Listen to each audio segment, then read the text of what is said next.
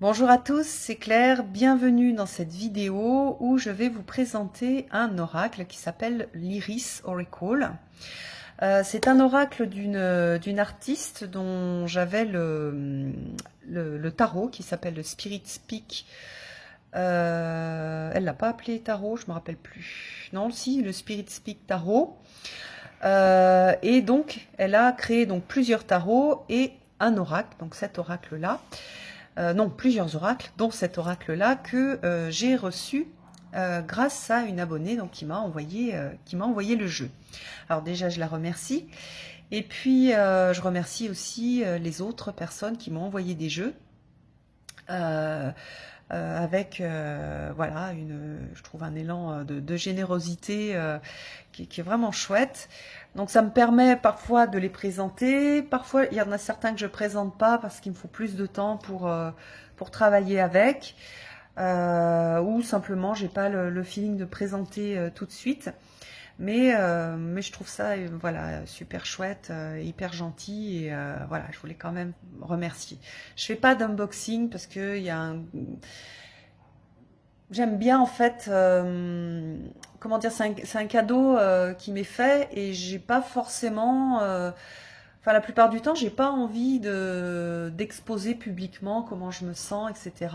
J'ai envie que ce soit intime, que ce soit voilà, cadeau que je reçois, j'ouvre ma petite boîte et tout, je suis contente, je prends du temps, je regarde les cartes, je regarde le petit mot et c'est vrai que la plupart du temps, j'ai envie de garder cette intimité et que ce soit quelque chose de voilà, d'intime et pas voilà, pas forcément ouais, c'est peut-être de la timidité, je sais pas, mais en tout cas, j'ai pas forcément envie de le partager voilà. Donc on va revenir à cet oracle, donc Iris. Alors cette Marie-Elisabeth Evans, elle a un style graphique qui est hyper particulier. Qui est bien à elle et qui est assez... Alors il y a un côté un peu naïf et un côté un peu délirant. Et dans celui-ci, donc moi mon tarot il est en noir et blanc, mais dans celui-ci on a quelque chose de coloré. Et puis des choses super intéressantes dans le livre. Alors au départ, c'était pas un jeu, donc c'est pas un jeu que j'ai acheté parce que autant j'aime beaucoup son tarot, autant celui-là, j'avais pas, me sentais pas trop connectée, je comprenais pas trop le jeu. Et en fait, en l'utilisant, je le trouve vraiment génial. Alors, il y a quelque chose de super joli à l'intérieur. Bon, j'adore par contre le dessus de la boîte. Et puis, vous allez voir, donc on a... attendez, je vous montre le dos. On a un style, voilà, ce style que l'on aime ou que l'on n'aime pas. Et moi, c'était pas forcément un style vers lequel j'étais attirée. Mais après, sachant que moi j'ai beaucoup d'oracles, j'ai trouvé qu'il y avait une très très grande originalité et une comment dire, une façon d'aborder les messages qui était super intéressante. Donc on va pas avoir, c'est vrai que si vous avez beaucoup d'oracles, vous avez dû voir que on retrouve en fait les mêmes mots-clés dans plein d'oracles, abondance, joie, gratitude. Et en fait là on a des choses très différentes et puis exprimées d'une façon très originale. Donc voilà par exemple celle-ci.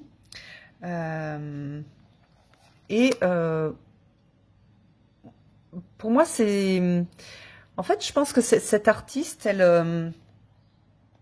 elle partage en fait ses doutes, son cheminement d'humain à travers ses cartes. Et il y a, oui, il y a un vrai travail en fait. Et en plus, dans le livre, vous voyez à chaque fois on a la reproduction en noir et blanc et puis un petit texte.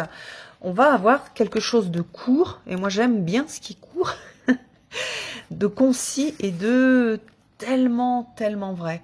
Donc parfois on a des choses très terre à terre et parfois on a des choses très, comme par exemple celui-ci, la suppression du fait d'être un enfant des étoiles, on dira, par les mains du fait de se sentir ne pas mériter. Et bon alors franchement traduire comment dire, on comprend ce que ça veut dire, mais le traduire en français, elle a une façon de parler qui est difficilement traduisible en français. Mais par contre, on voit bien la suppression de star being, le fait d'être une star, d'une star, une étoile, pardon, par les mains unworthy, c'est ne pas mériter, du fait de ne pas mériter. Et après, donc, elle explicite. Et je trouve que c'est beau ce qu'elle écrit, et je trouve que ça donne un éclairage hyper intéressant. Et puis, sur certaines cartes, on a aussi un éclairage sur comment est-ce qu'on fonctionne au niveau psychologique et comment est-ce qu'on s'auto-détruit. Donc, par exemple, ici, on est en plein sur comment est-ce que moi je me parle et comment je me sens et comment je peux aussi me remettre, m'aligner à nouveau. Donc là, après, il y a des croyances, hein, le fait d'être né dans les étoiles, pas sur la terre, le fait de briller, le fait d'être beau. Mais même si on n'y croit pas, il y a cette idée qui est hyper vraie, le côté de notre... comment dire, de notre divinité intérieure, notre perfection intérieure et du fait de ne voir que tout ce qu'on n'est pas capable de faire. Donc là, on a un peu un côté, le divin, et là, l'ego, comment l'ego peut nous blesser. Et voilà, donc je trouve vraiment chouette. Alors, ça fait assez... il y a certaines cartes qui font assez enfantine. Il y en a d'autres, par exemple celle-ci, on peut se dire oui, ça fait un peu enfantin, mais je trouve pas, moi. Je trouve qu'il y a souvent, en tout cas pour moi, il y a les illustrations, elles sont assez parlantes et assez. Bon là, elle fait un petit peu, voilà, la fille qui a aucune gratitude et la terre-mère. Et j'adore celle-ci, elle est tellement vraie, quel point on manque de gratitude vis-à-vis de notre mère, la terre. Donc il y a des, comment dire, il y a aussi des messages d'engagement. Ah, il y a des super belles cartes, hein. J'adore celle-ci par exemple. Même celle-là, je la trouvais très très chouette. Je pense que c'est quelque chose. Enfin, elle doit utiliser on dirait des crayons de couleur.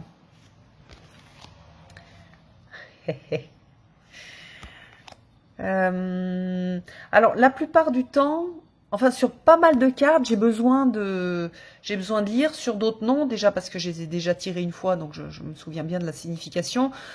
Où là, on voit marionnette, on voit bien un petit peu de quoi ça peut parler. Protège ton cœur, donc ça c'est assez clair. Après l'épée, donc on peut aller voir le message qui est lié à l'épée. Un monde effrayant. Voilà, tous les anxieux, cette carte-là, vous la connaissez bien, hein, c'est le 9 d'épée. Donc on a quelque chose de super intéressant. Ce qui est caché sera révélé. Donc ça, par contre, c'est pareil, c'est simple. Elle est hyper intéressante celle-ci. Sous un sort, on nous a jeté un sort, mais alors c'est pas le sort comme on le voit dans les films, mais c'est le fait qu'on s'est laissé un peu séduire par quelque chose. Il y a quelqu'un qui nous a séduit, ça peut être ça. Et en fait, du coup, on se raconte des histoires, puis ça nous plaît bien d'être séduit, ou alors une idée qui nous a séduit, ou parce que ça nous arrange bien, etc. Et là, il y a vraiment une idée de redescendre sur Terre, j'aime bien. Le vert, c'est se mettre ouvert. La justice.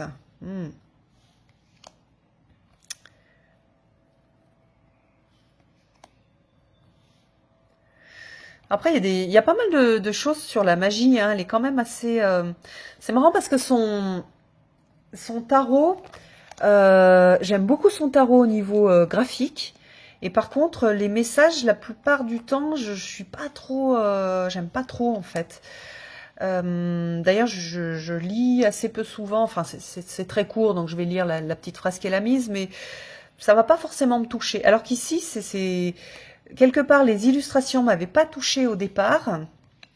Et en lisant le livre, petit à petit, je suis vachement sensible aux illustrations. Et puis, ça me parle de plus en plus. Donc voilà, il y a vraiment des thèmes qui sont abordés qu'on trouve pas forcément dans d'autres oracles, donc j'aime beaucoup. Voilà, personne n'est à vous, il y a seulement vous. Voilà, personne ne vous appartient, il y a vous qui vous appartenez. L'amour fait grandir l'amour, c'est super joli ça, c'est magnifique. Mais on sent en fait l'expérience derrière ce jeu-là, et je trouve qu'il a une maturité que n'avait pas son tarot. Et même si je préfère graphiquement le tarot, en fait, j'aime beaucoup celui-là. Et petit à petit, au niveau graphique, je suis de plus en plus touchée. Voilà. C'est trop mignon.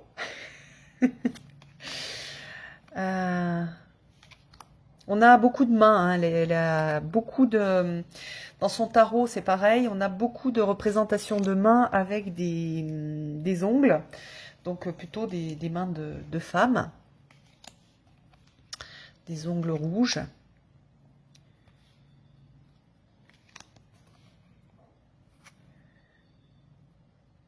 Regardez là, celui-là, c'est pas celui-là qu'on a tous en nous. Surtout les anxieux, justement. On a besoin de tout contrôler parce que franchement, c'est vachement plus agréable quand on contrôle, on est plus rassuré. Ou il y a des gens aussi qui sont malades de contrôle pour d'autres raisons. Et c'est ce truc-là, ce point serré, je trouve génial en fait.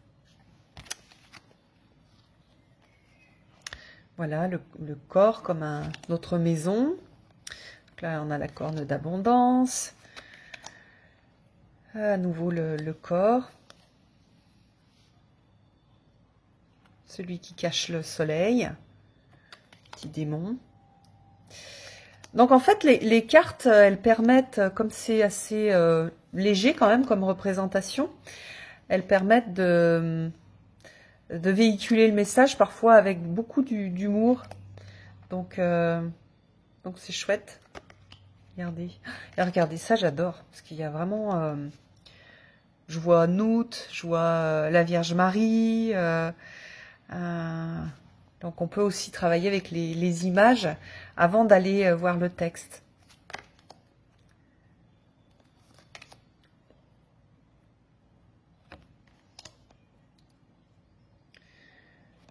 Donc après, il y a des cartes aussi d'affirmation positive un petit peu. Et ça c'est oui, affirmation positive, ou même par exemple dans le futur, ou des messages de guidance, hein. C'est pas que du développement personnel.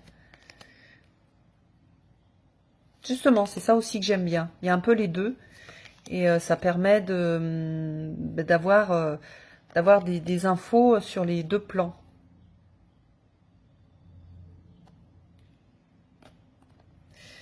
Voilà, le mouton qui s'est posé des questions, puis qui a trouvé un autre berger.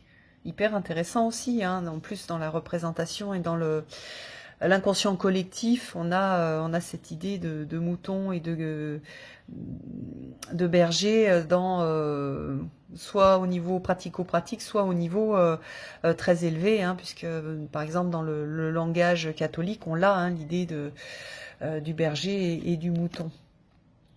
Le service, j'adore celle-ci. C'est tellement joli. C'est tellement doux. Voilà, le repos, your light, la mer mystérieuse et le calme après la transformation. Donc, en résumé, c'est pas du tout un jeu que j'avais l'intention d'avoir dans ma collection, ni d'utiliser. Et en fait, c'est ça aussi qui est chouette quand je reçois des jeux que j'aurais pas achetés, c'est que ça me fait découvrir des jeux. Alors il y en a certains que je vais pas forcément utiliser, et puis il y en a pour lesquels j'ai des coups de cœur, alors que j'étais pas partie pour le prendre, parce qu'il me parlait pas forcément. Et donc ça fait partie des jeux un peu coup de cœur, mais un coup de cœur qui vient en ayant le jeu, et en pratiquant le jeu, et en lisant ce qu'il y a dans le livre. Donc voilà, j'espère que cette présentation vous aura plu, et puis je vous embrasse, je vous donne rendez-vous pour une prochaine vidéo. À bientôt!